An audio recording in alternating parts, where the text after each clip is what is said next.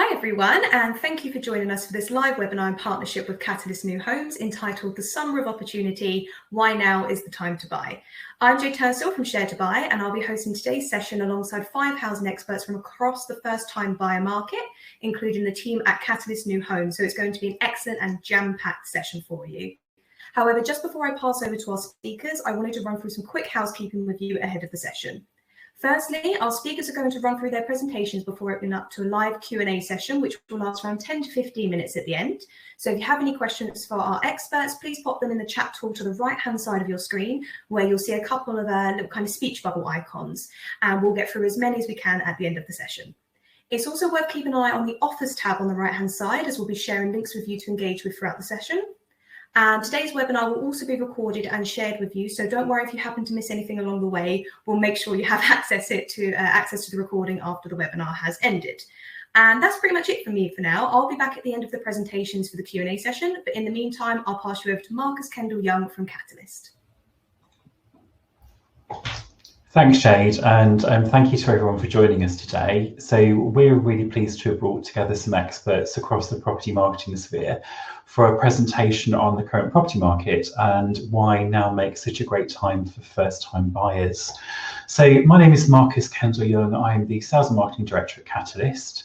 Joining me today is Steve Pickering, who is our Head of Sales and Marketing for Counties, Dan Jones from Focus on Media, Lisa Burns-Kent from Meridian Mortgages, and Zoe Potter from New Homes Law.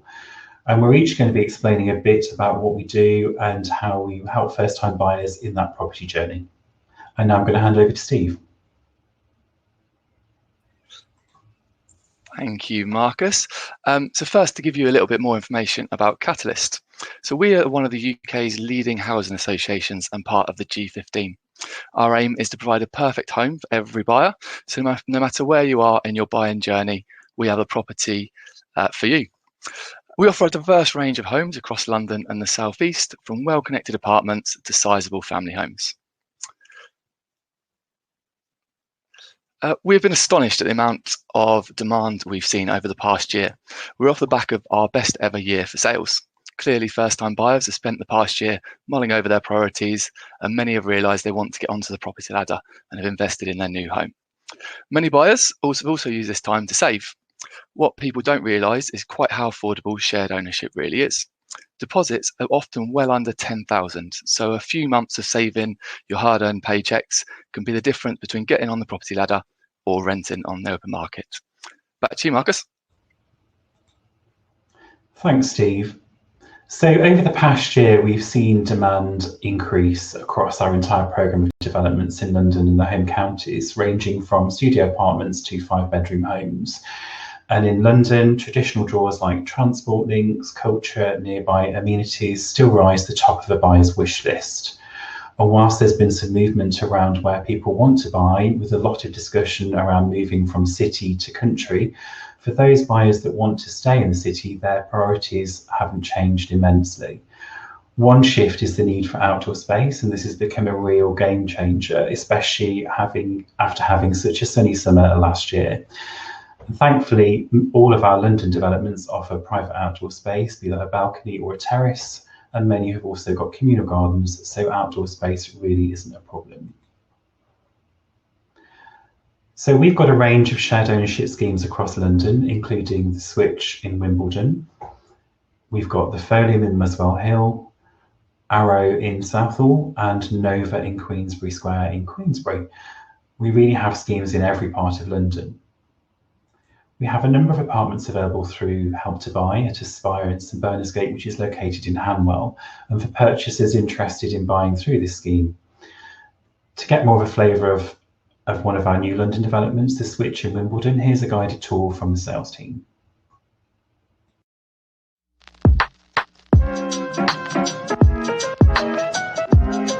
Hello everyone, my name is Rachel Papper and I'm an area sales manager for Catalyst New Homes, and it gives me great pleasure to show you around our new development, the Switch at Wimbledon. The first thing that catches your eye when you walk into the apartment is the beautiful Antico flooring that will go throughout the living areas. Also in this spacious hallway, you will find the video entry system. So the first room that we come to is the bathroom, and we have floor to ceiling tiling in these neutral colours. We also have the mirrored cabinet along with stone vanity tops. We have the heated towel rail, and we also have the rain shower head. So now we are into our open plan kitchen, dining and lounge area. And as you can see, we've designed this space for a work from home lifestyle if you so wish. So here I am sat in the lounge, and it has a lovely light and airy feel to it. This is due to the large windows, and it also have access to the balcony. This area is fantastic for entertaining, especially in the summer evenings. So here in the lounge, you'll find your TV, data and telephone sockets, and the TV is wired for Sky Q. All the sockets are finished in a brush chrome effect, and some of the sockets have USB charging points. Coming back through into the kitchen, all of our kitchens are finished in this beautiful grey high gloss. You will have an integrated fridge freezer. All the drawers and the doors are soft closing. We have an induction hob, a fan assisted oven, and also we have the integrated dishwasher. And look at this, we even have a built-in microwave oven. So finally, we're here in the bedroom where we have the floor to ceiling wardrobes with the shelving units included. And look at these floor to ceiling windows letting in lots of natural light. The switch couldn't be in a better location. The nearest underground is Tooting Broadway, which is the Northern Line. 26 minutes to Moorgate, and a further 6 minutes you'll be in King's Cross. 15 minutes walk from the switch, you'll be at Earlsfield, which is the overground station. And 13-minute train journey, you'll be at London's Waterloo. You're always welcome here, so why not book an appointment? It would be great to see you.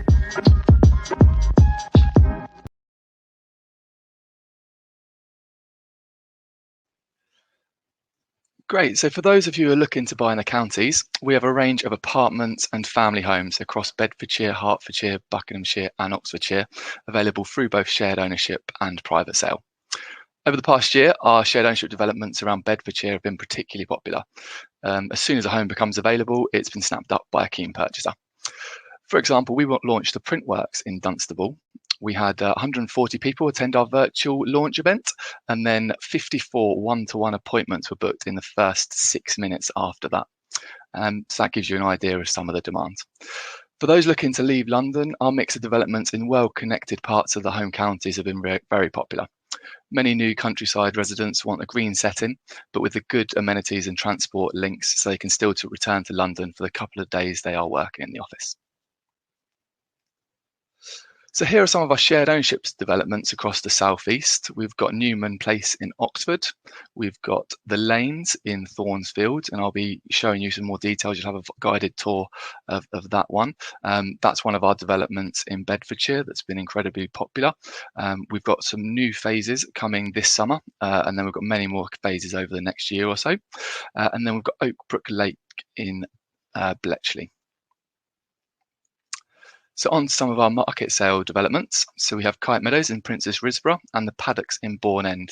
Both of these have seen a huge growth in demand recently thanks to their well-connected rural settings. We're now down to our final few on both of these developments. We've also got Midsummer Vale in Woolgan. So here's a quick link to one of our shared ownership developments in Houghton Regis, the Lanes at Thornfields. Hi, I'm Andy Fuller, Area Sales Manager here at Catalyst New Homes. Today we're at the Lanes, one of our new developments in Houghton Regis. We're going to be taking a look around one of our new show homes, the Ardell.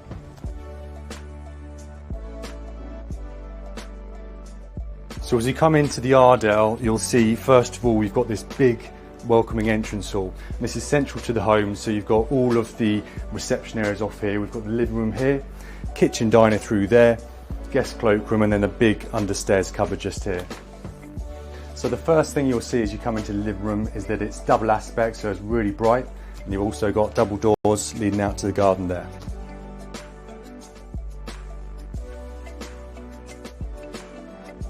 So here we've got the kitchen diner, and once again you can see it's really bright given the double aspect windows to front and to the rear. We've got a big space here for an 8-seater dining table, which is great for entertaining and for families.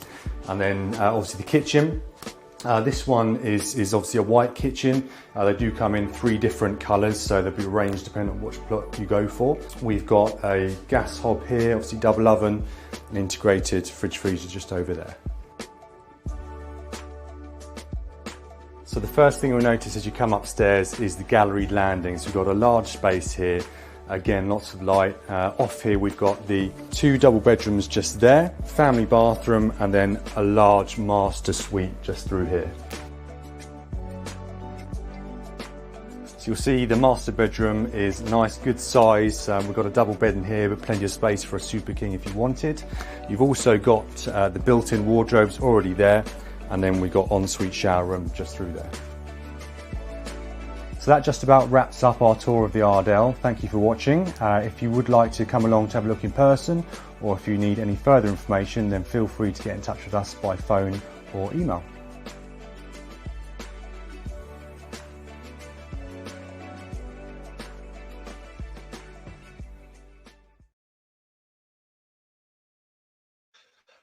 I hope you enjoyed your tour. I'll now pass you over to Dan Jones, Managing Director at Focus on Media, who's going to go into a bit more depth on the broader first-time buyer market. Hi everyone, and thanks Steve. I'm Dan Jones and I'm MD of Focus on Media. We are a marketing agency that specialises in all things home and the property sector. And today I'm going to talk to you a little bit about the UK housing market and just provide you with an overview and some basic information on what we kind of measure in terms of the performance of the market, and most importantly, which metrics matter to you as first-time buyers. The first thing to say is that as a country, we are obsessed with house prices and the housing market. As a first-time buyer, you've probably been tuning into all of those news stories in the media that talk about the housing market, and maybe even binge watching those property shows like Location, Location, Location and Homes Under the Hammer. Well, the good news is that obsession is quite normal and all part of getting onto the ladder and being a homeowner. The not so good news is that obsession will probably stay with you for the rest of your life, because as a homeowner, you have a vested interest really in the housing market. So there is a lot of information out there, and sometimes it can feel quite overwhelming, really. I'm sure you might have seen a few articles out there talking up the market lately. So just 5 days ago, the BBC and the Guardian both reported on house prices rising at their fastest rate in around 17 years. But where do they get those kind of insights and data from? Well, the chances are that when they're reporting on those headlines, it's coming from one of these sources that you see on your screen now. So here you've got Rightmove and Zoopla. These are 2 of the biggest property portals in the country, and they collect masses of data on asking prices and also supply and demand. So how quickly those homes are going under offer effectively. Then you've got the government sources, including the ONS, the Office for National Statistics, and the Ministry of Housing, Communities and Local Government. They collect a vast array of data from multiple sources, but they also tend to include data from the likes of HMRC and the Land Registry, which often gives us insights into transaction volumes out there in the market.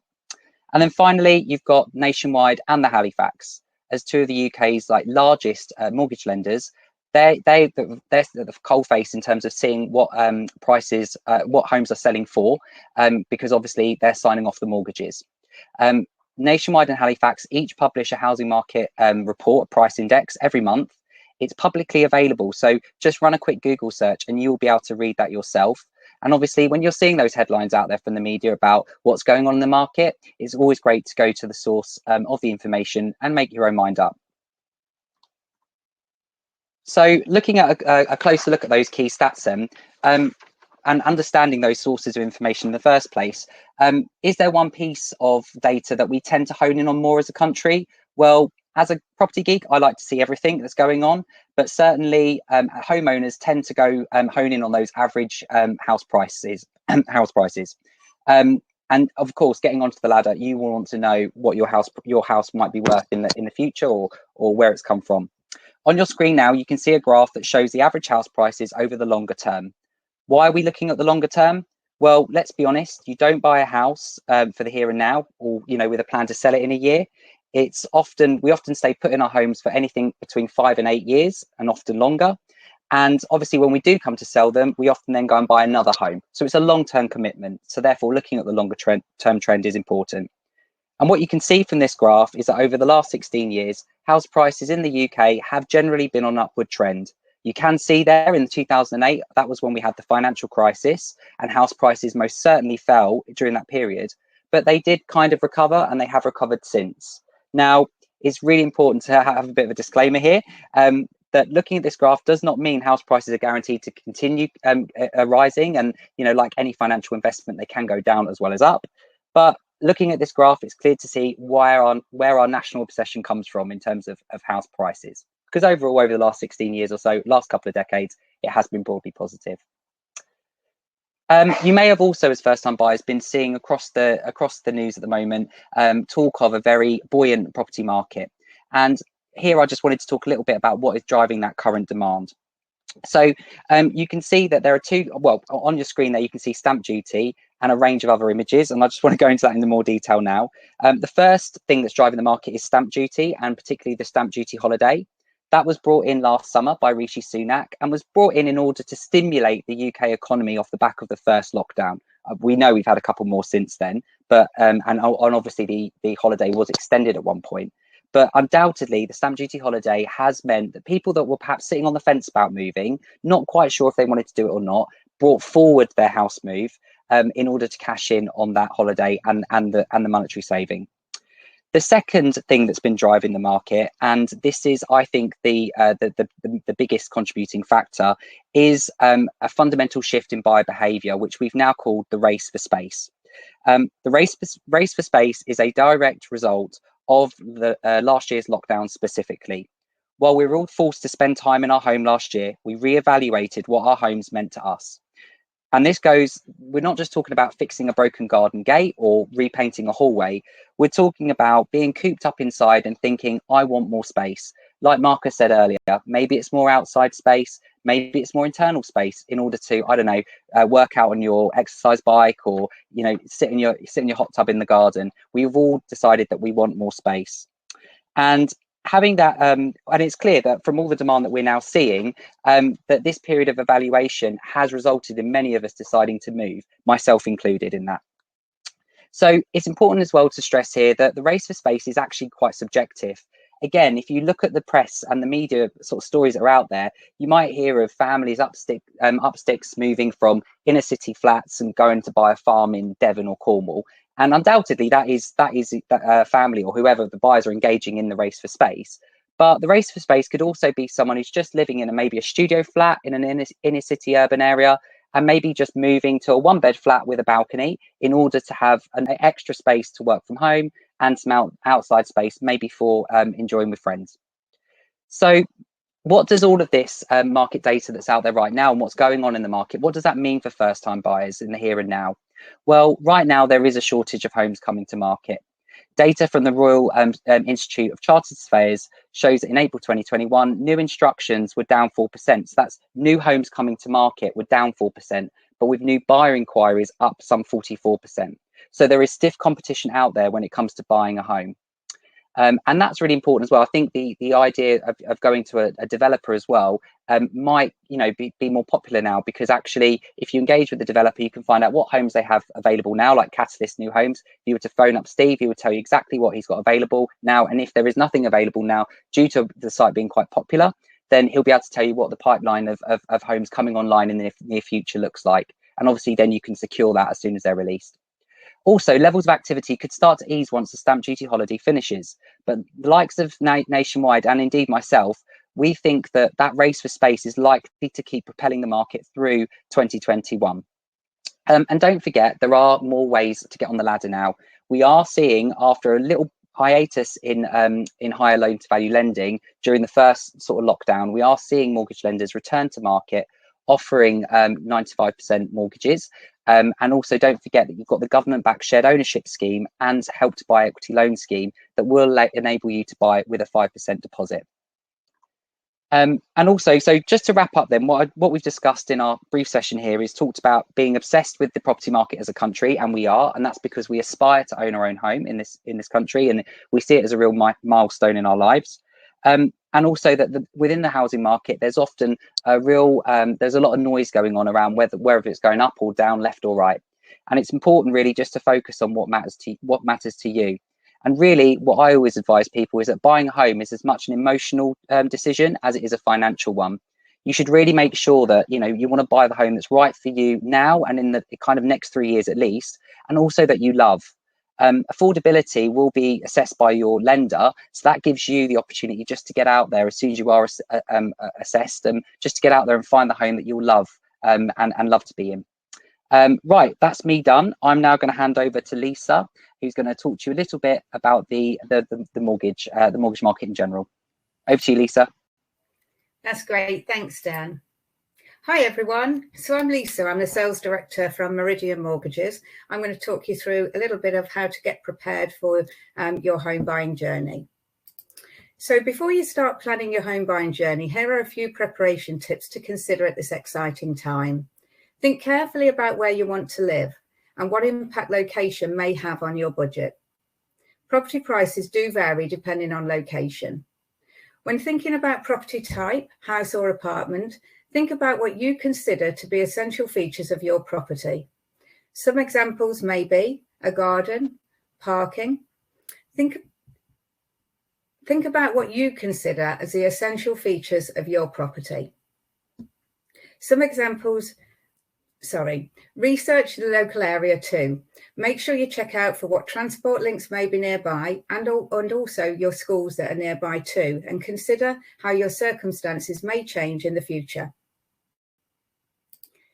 Once you've considered your location and the type of property, it's now time to think about your finances. Budget planning is really important. Calculating how much you spend on living expenses is essential when working out how much you can spend on monthly mortgage repayments. Consider your monthly spend on things like utility bills, loans, HP finance, credit cards, insurances, and childcare costs. Remember also to include personal spend, such as clothes, holiday, and gym membership. It's important to remember when you buy your dream home that you can afford to live as well as pay your mortgage. Mortgage lenders will take into account your income and expenditure when assessing your lending ability. The better you understand your budget, the easier the mortgage process will be. So your deposit, how does this work and how much deposit should you put down? Your deposit is your down payment on your chosen property. If you put down 10% of the value, you will have paid for 10% of your property and your mortgage will pay the rest. Loan to value is the percentage of the value of the property that you have taken as a loan. The interest rate offered by a mortgage lender will depend on your loan to value. The higher your deposit, the lower the risk for the bank and the lower the interest rate overall. The minimum deposit required to buy a property is 5%, but if you're buying on shared ownership, your deposit could be as little as 5% of the share that you're buying. Some mortgage lenders will accept a gifted deposit from a family member, which could help to reduce your overall loan and interest rate. Mortgage lenders will review your credit history when you apply for credit. Building up a credit history enables lenders to see that you've demonstrated responsibility in repaying debts. First-time buyers can be impacted by having little or no credit. So what can you do to get financially fit? Obtaining your credit report early can help you to make sure that it's accurate and up to date. Being on the voters roll for ID purpose, checking that your address history is correct, clearing any outstanding debts such as loans, credit cards, hire purchase finance, close unused accounts, and keep up to date with any outstanding credit commitments that you may have. Check your report for errors. Errors can be rectified, but this can be time-consuming and could delay your application. When a lender uses a credit referencing agency to search your credit history, it will leave a footprint on your credit file. This can be viewed by other lenders, and having a high number of searches in a short space of time could impact the success of your application. Be aware that some one-off costs are payable upfront. When you begin the mortgage process, a mortgage valuation fee may be payable. If it does apply, the payment will be required at the outset of your application. Some mortgage products can also carry an arrangement fee. This can sometimes be added to your loan, but may be payable upfront. This is something that your mortgage advisor will discuss with you. Stamp duty, legal fees, and furniture costs all should be taken into account when working out your budget. Instructing a solicitor is important to ensure you meet your 28-day exchange period. Some fees may also be required upfront. So how Meridian work with Catalyst and what you can expect as you journey through the mortgage process. Once you've completed your research and found the perfect home, Catalyst will recommend you gain advice from a mortgage advisor. The team at Meridian will complete a mortgage affordability check, taking into account your income and your outgoings. Our qualification process will enable you to have a really good idea of affordability and what you can comfortably afford. The qualification process takes us around 15 to 20 minutes, depending on your circumstances, but having the correct personal information readily available relating to your income and your regular outgoings will give the best outcome to your qualification. Be prepared. Documents will be required. Some of these are up-to-date credit file, valid passport and driving licence, always check to ensure that they are in date, visa if non-EU, payslips and P60 for employed. If you're self-employed, it would be SA 302 and tax year overviews, and could be your accounts. Bank statements and proof of deposit are essential. Once your affordability check is complete, we will offer to take you through our next steps and complete a decision in principle. This is a credit search with the best lender that suits your needs. Once we've completed the decision in principle and your documents have all been checked, we will liaise with Catalyst to enable you to reserve your dream home. Some tips to help prepare for your mortgage appointment. From point of reservation, you will have 28 days to exchange contracts. So it's really important that you're prepared and have all of the required documentation to hand. Once you've reserved your property, a mortgage advisor will be in touch to arrange a mortgage appointment. They will advise on the best mortgage lender to suit your needs, confirm your interest rate and the exact deposit required. They will also advise you on insurance products. Remember, it's crucial to ensure that you have relevant insurances in place to ensure you can repay your mortgage should a life event impact on you being able to pay your mortgage. What can you expect from the lender, the mortgage lender process? Your mortgage lender will instruct a mortgage valuation for lending purpose. Your mortgage will be underwritten by an underwriter. Further documentation could be requested and isn't unusual at this point in the process. Once your mortgage checks are complete, a mortgage offer will be issued. Our dedicated mortgage admin team will keep you updated throughout the process. Once your property is complete, your solicitor will request mortgage funds to be released for completion. And now it's time for you to sit back and relax, and we'll take care of the whole process from submitting the mortgage right through to completion. And now it's over to Zoe from New Homes Law to go over the further parts of the legal process. Thanks, Lisa. Hi, everyone. So I'm Zoe, and I'm one of the sales coordinators here at New Homes Law, and we're a conveyancing law firm based in Chelmsford. We're here to help guide you through the legal transaction to ensure that you, the buyer, are meeting all legal obligations and that your rights are protected throughout the transaction. To give you an insight, we've been working with Catalyst for the last 18 months, and during this time, we've helped around 400 Catalyst buyers to purchase their first home. So, what is involved in the conveyancing process of purchasing a shared ownership property?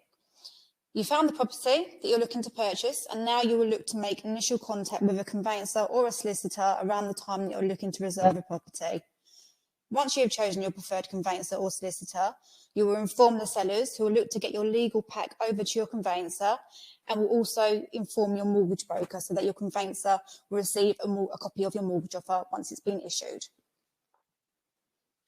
Next steps would be that you would be reported to on your contracts, your mortgage, and you would have returned all of your signed documentation and your anti-money laundering has been signed off. This would be where you would look to send across your deposit monies and would be in a position to seek authority from yourself to exchange contracts and agree a completion date. You would either exchange with a fixed date or a notice if the property is not yet built. Just quickly going back to the anti-money laundering, you may not be aware of what this is, and it's basically to ensure that you are we are complying with the current laws and regulations, and that we are carrying out the correct procedures to ensure that any monies that are being used towards your purchase do come from a genuine source. And it's to prevent any criminals from disguising their legally obtained monies. The evidence that you would provide to support this would be your bank statements, just to show where the monies are currently being held. But then you would also need to provide further evidence to support how it was accumulated. So that could be from your wage slips, from your current employer, or if you're being gifted money from any friends or family. The next steps, exchange would have taken place, which means that you are now legally committed to the purchase of your property. Your conveyancer will set up your file for completion and look to get your lender funds in place. And they will also send you a copy of your completion statement for a complete breakdown of any fees that you've paid and any outstanding balances that are due. Once the day of completion has come and we've received your funds from your lender, we'll send this across to the seller's solicitors and await confirmation that all monies have been received. Once you've received that confirmation, we would then confirm this to yourself by calling you, and then you would arrange to pick up your keys from the sellers.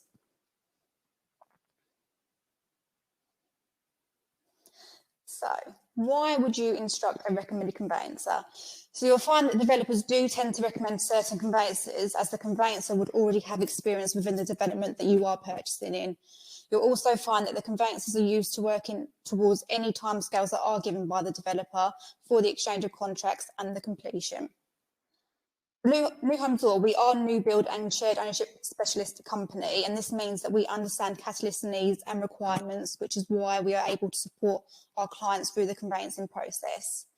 The conveyancing team here and the catalyst team are familiar with each other, and we look to maintain regular communication and provide updates on your transaction.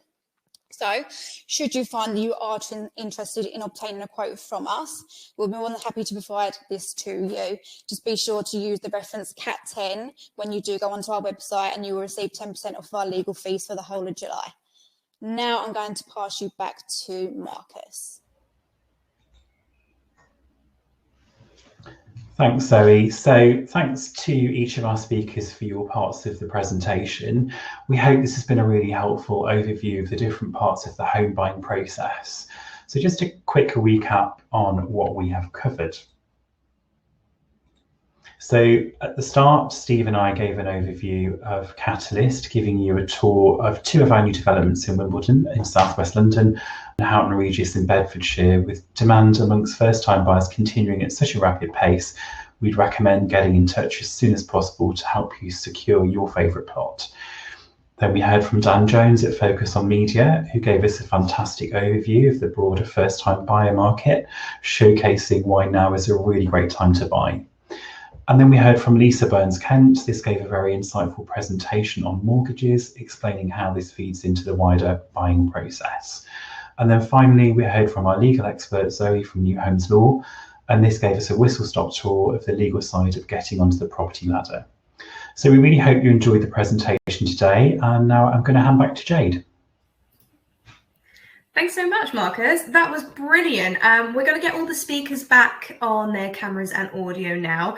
Thank you so much, everyone. That was really informative. I can tell you now, I've been keeping an eye on the chat, and you've already answered so many questions, but we've still got loads coming in. So we'll jump straight into the Q&A, which will last about the next 10 to 15 minutes. And Markus, we'll start with you. There's one that we've actually received from a couple of different viewers, which is basically, how do I choose between Help to Buy and shared ownership, and how do people figure out which scheme would suit them best? Yeah, sure. I think it's really down to personal preference, and that's probably based on your financial situation and what you want in your home.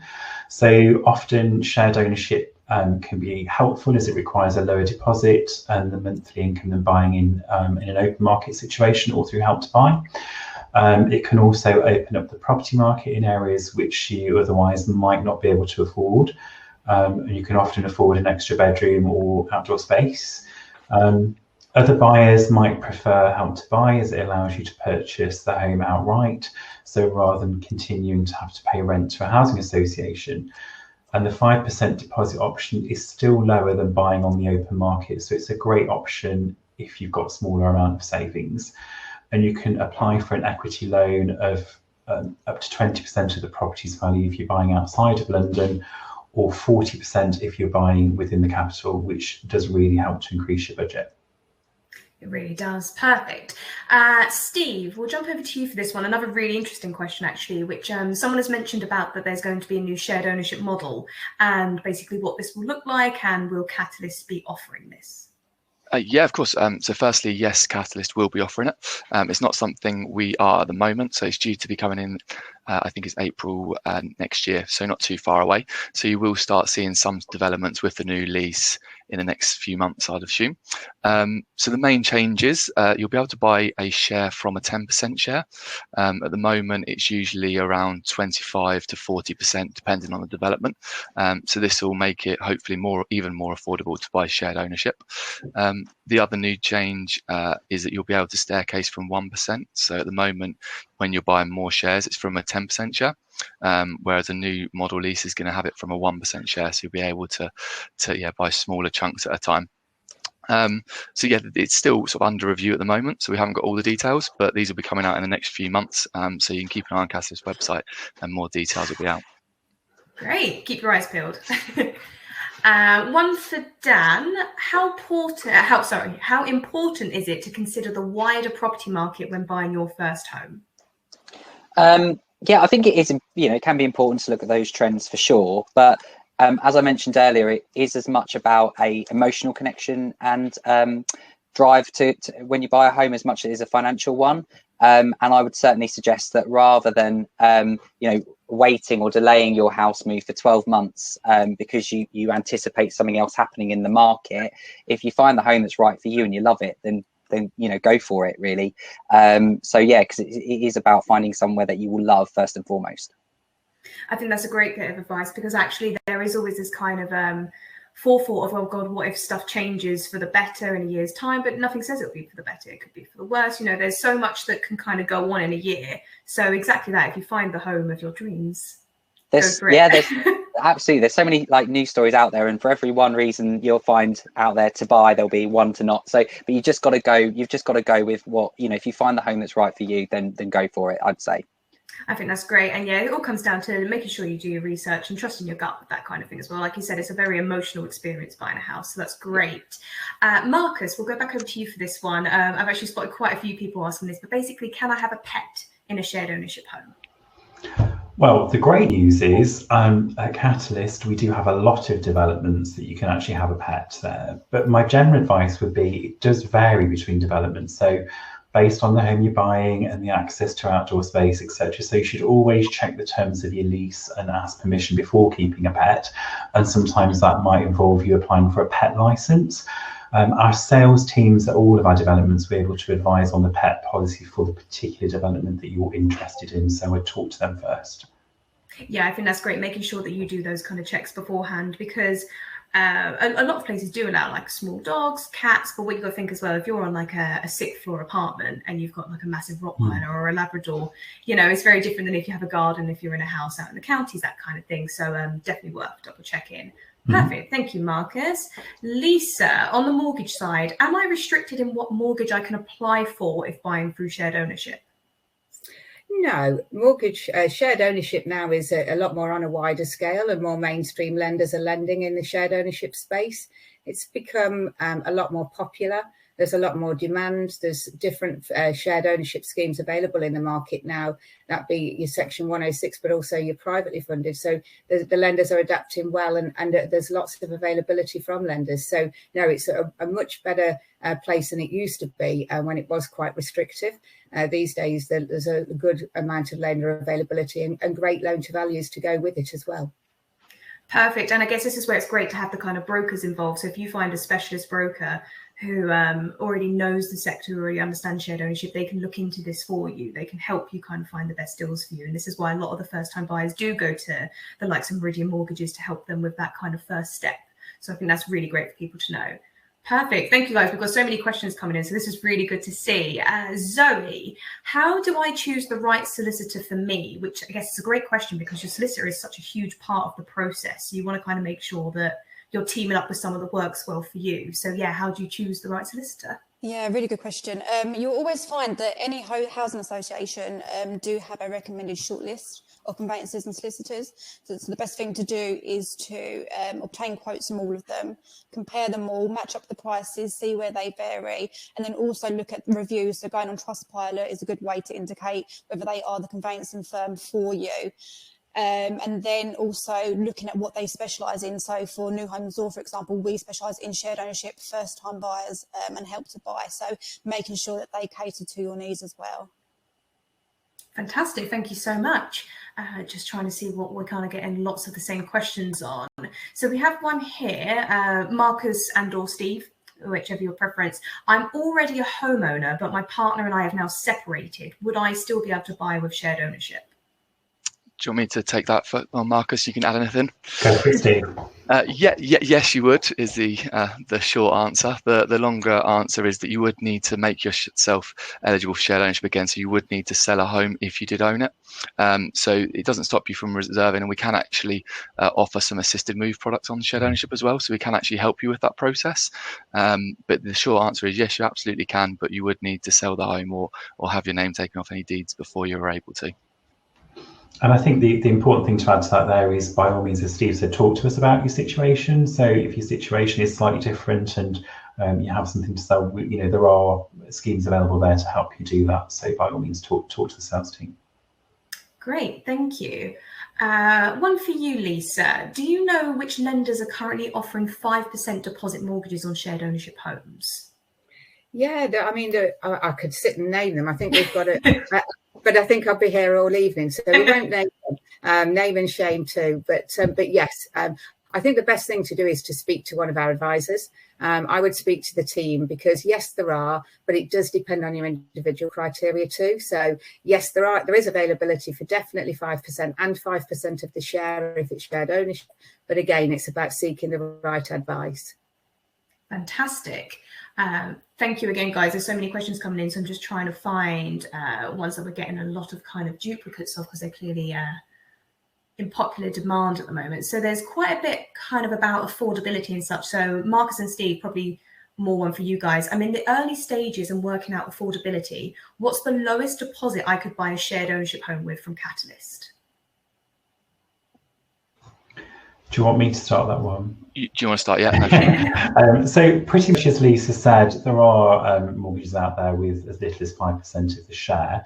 To give you an idea of what we offer in London, for instance, we've got some homes available with some really small deposits. Many options of those are as little as under 5k, for instance, in some examples. So our lowest deposit in London at the moment would be probably in our development Arrow, which is in Southall, and a 5% deposit for a studio apartment there equals just about 3,350.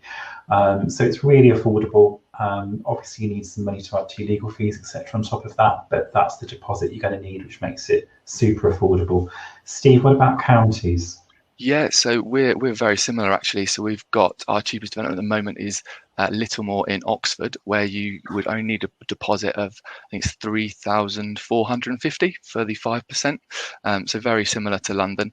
That will vary depending on your housing needs. So obviously the more expensive the property, the more deposit you need. But for a 1-bedroom at the moment, it's comfortably under 5,000 for us. There's some really affordable price points. That's really good to know. I think there's always this kind of concern about that being priced out, that being locked out of the property market. But this is where shared ownership really kind of steps up to the plate, actually, because when you look at that, that's incredible, kind of around the £3,000 mark for a deposit is amazing. Okay, we have a lot of the kind of shared ownership side coming through. So I think we're sticking with Steve and Markus at the moment. Let's have a look on this. Well, actually, I'm not sure if this would be more the Catalyst team or if this is one for Lisa on the mortgage side, so battle it out amongst yourselves. But we're having quite a few questions coming in from people who are living both in and outside of the EU and whether they'd be able to buy a shared ownership home. So we have someone here from Ireland. We also have someone from South Africa. So basically, would they be eligible if they're moving here to buy through the scheme?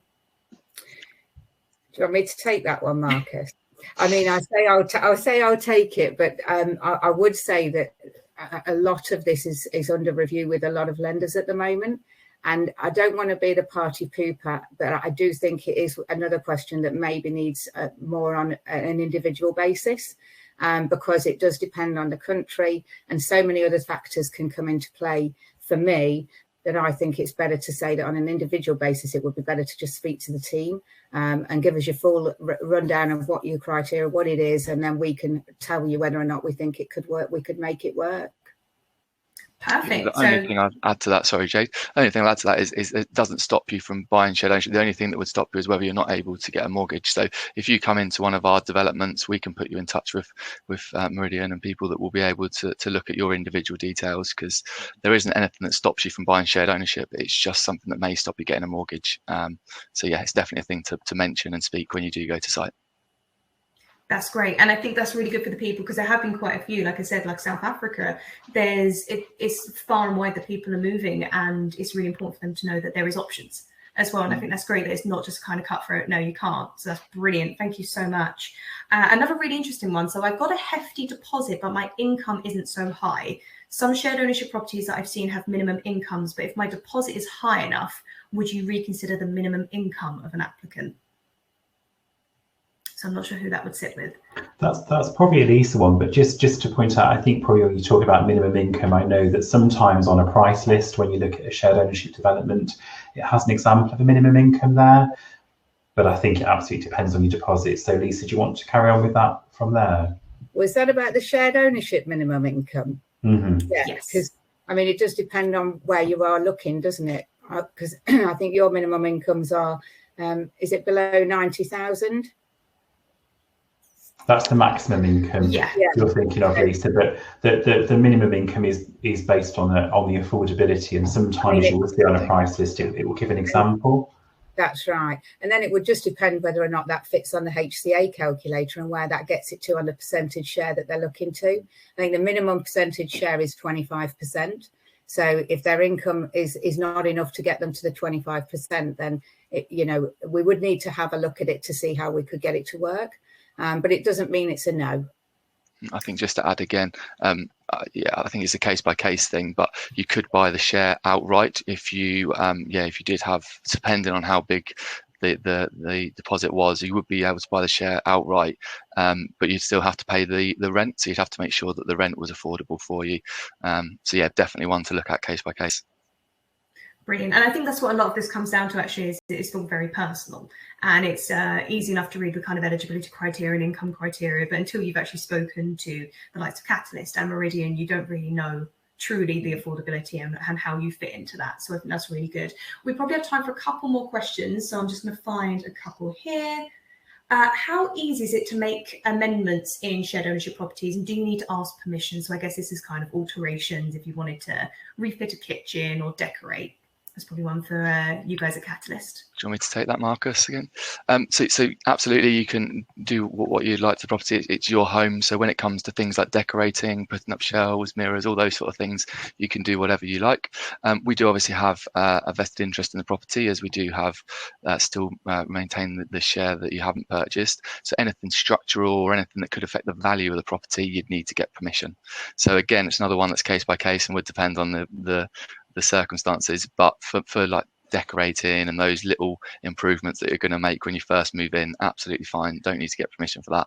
But anything major, so sort of 10 years down the line, you might start thinking about an extension or something like those, you would need to get permission.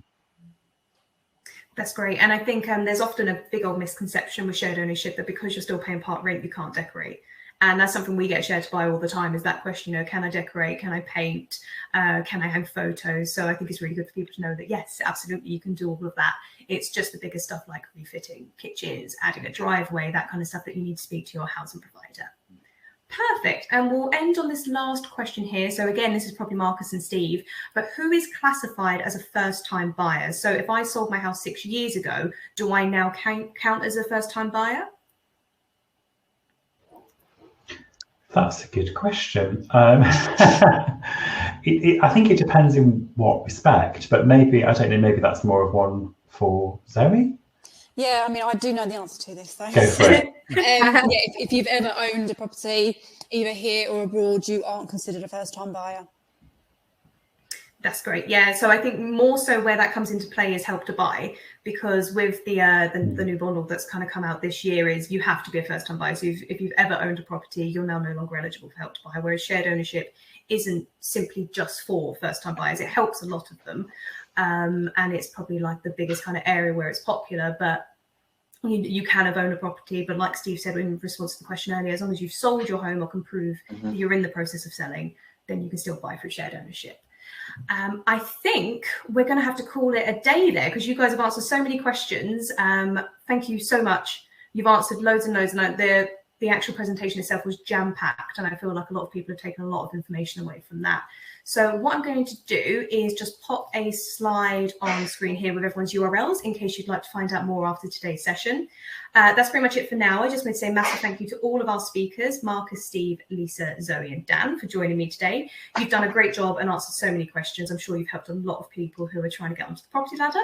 And also thank you to everyone in the audience who watched and asked questions, and we hope you found the session useful. If you'd like to be kept up to date with any future webinars, you can create an account with us at sharetobuy.com, or you can keep an eye on the Share to Buy accounts on Facebook, Twitter and Instagram. And that's it from me for now. But thank you again, and I hope you enjoy the rest of your evening. Bye. Thanks a lot. Thanks, everyone. Thanks, Bye. everyone. Bye. Bye.